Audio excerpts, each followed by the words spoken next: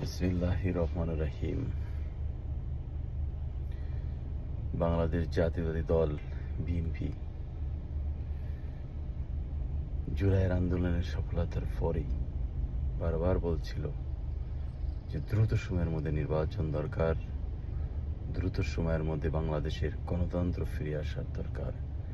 কিন্তু তখন কিছু মানুষ এর বিরোধিতা করতে করেছিল। এখন তারা বুঝতে পেরেছে কি কারণে দ্রুত গণতন্ত্র দরকার, কি কারণে গণতান্ত্রিক বাংলাদেশ দরকার। আজকে একটি মহল ষড়যন্ত্র করছে যাতে আগামীতে নির্বাচন না হয়।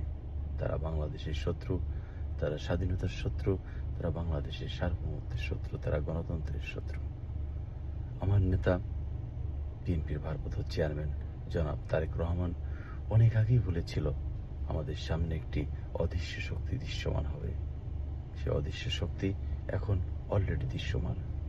আসুন, আমরা যারা বাংলাদেশের স্বাধীনতা বিশ্বাস করি, বাংলাদেশের উন্নতি চাই, বাংলাদেশের গণতন্ত্র চাই, তারা আমরা সকলে ঐক্যবদ্ধভাবে আগামী ফেব্রুয়ারিতে প্রধান উপদেষ্টা যে নির্বাচনের শিডিউল দিয়েছে সেই নির্বাচনের দিকে ধাবিত হই এবং দীর্ঘ 16 বছর যাবৎ যে গণতন্ত্র পুনর্গঠন চলতেছে সেই গণতন্ত্র পুনর্গঠনের কাজে অংশগ্রহণ করি এবং দেশকে আগামী দিনে সামনের দিকে এগিয়ে যায়। আল্লাহ হাফেজ। বাংলাদেশ জিন্দাবাদ।